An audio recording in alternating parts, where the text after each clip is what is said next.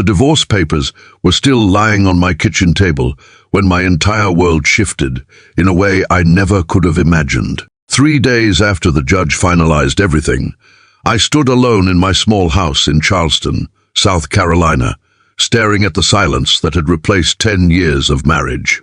The walls felt empty, the photographs were gone, even the sound of my own footsteps seemed foreign. I thought the hardest part was over. I was wrong, because that afternoon, as relatives gathered after a family meeting to discuss loose ends from the divorce, my ex-wife's younger sister leaned close to me while everyone else was distracted and whispered something that made my heart stop. Be my husband. Before we continue, if you believe in kindness, hope, forgiveness, compassion, and second chances, please take a moment to like this video, share it with someone who needs encouragement, leave a comment, and subscribe to the channel. Your support helps us bring more uplifting stories to life. Her name was Rachel. She was 5 years younger than my ex-wife, Melissa. During my marriage, Rachel had always been the cheerful younger sister who made everyone laugh at family gatherings. She was kind, thoughtful, and endlessly optimistic. But she was also family. Hearing those words from her felt impossible. I looked at her, convinced I had misunderstood. Yet the sadness in her eyes told me she had meant every word. The following weeks became some of the most confusing days of my life. I tried to forget what she had said. I convinced myself it was simply an emotional reaction to the divorce. After all, everyone had been hurting. Families break apart too when marriages end. I assumed Rachel would move on and pretend the conversation never happened. Instead, she disappeared. For nearly 4 months, I didn't hear from her. Meanwhile, my own life unraveled. The divorce had drained much of my savings. The small construction company I owned was struggling. Several major contracts fell through. Every morning felt like climbing a mountain while carrying invisible weights. Friends encouraged me to start dating again, but I wasn't interested. Trust felt dangerous. Hope felt expensive. Then one rainy October evening, I received an unexpected phone call. Rachel's father, Gregory, asked if I could meet him. When I arrived at his house, the normally strong and confident man looked exhausted. That was when he told me the truth. Rachel had been diagnosed with a serious autoimmune condition months earlier. It wasn't life-threatening, but it had changed everything. Treatments were expensive. The illness had forced her to leave a job she loved. The future she had imagined for herself suddenly seemed uncertain. As Gregory spoke, something else became clear. Rachel hadn't whispered those words because she wanted rescuing. She had whispered them because she believed I was the one who needed saving. According to her father, she had watched my marriage deteriorate for years.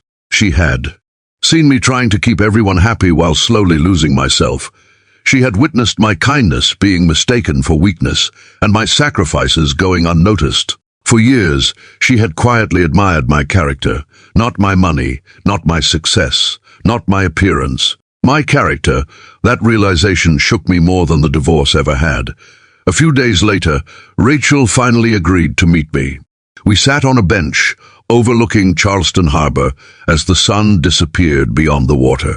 The autumn wind carried the smell of the ocean, and for a long time, neither of us spoke. The woman sitting beside me wasn't the carefree younger sister I remembered. Life had changed her. Pain had changed her, yet somehow it had also made her stronger. She told me about her fears, the treatments, the uncertainty, the dreams she thought she had lost. I told her about my own struggles, the loneliness, the financial pressure, the feeling that I had somehow failed. For the first time in years, I felt truly seen. Not judged, not compared, seen. Over the following year, an unexpected friendship grew between us. There were no dramatic declarations, no grand romantic gestures, just two wounded people learning how to heal.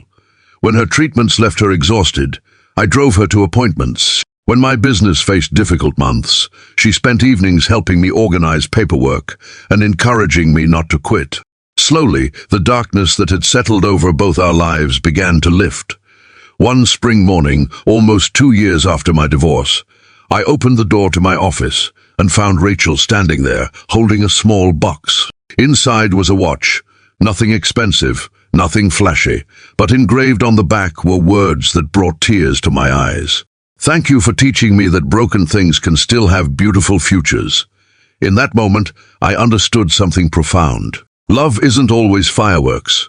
Sometimes it's presence.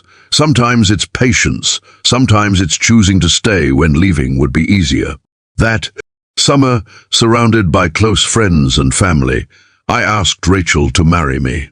This time, there were no whispers, no secrets, no confusion, only certainty. The wedding was held in a small church overlooking the South Carolina coastline. The sunlight streamed through stained glass windows as Rachel walked down the aisle with a smile brighter than anything I had ever seen. Many people expected our story to be controversial. Instead, it became a story of healing, a story about two people finding hope after disappointment, a story about discovering that God's plans sometimes arrive through doors we never expected to open. Before we reach the ending, I'd love to hear from you. Have you ever received a second chance that completely changed your life? Share your experience in the comments below. Your story may encourage someone else who is struggling today. Today, 6 years later, Rachel's condition is well managed. My business is thriving again. More importantly, our home is filled with peace, laughter, and gratitude.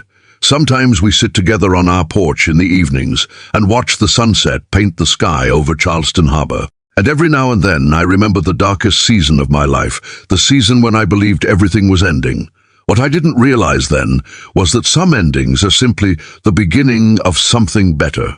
If this story touched your heart, inspired you, or reminded you never to give up on hope, please leave a like, share it with someone you care about, and subscribe for more emotional and uplifting stories. Because life has a remarkable way of surprising us.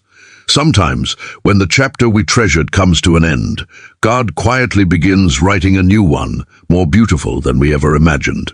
And often, the people who help heal our hearts are the ones who saw our worth long before we learned to see it ourselves.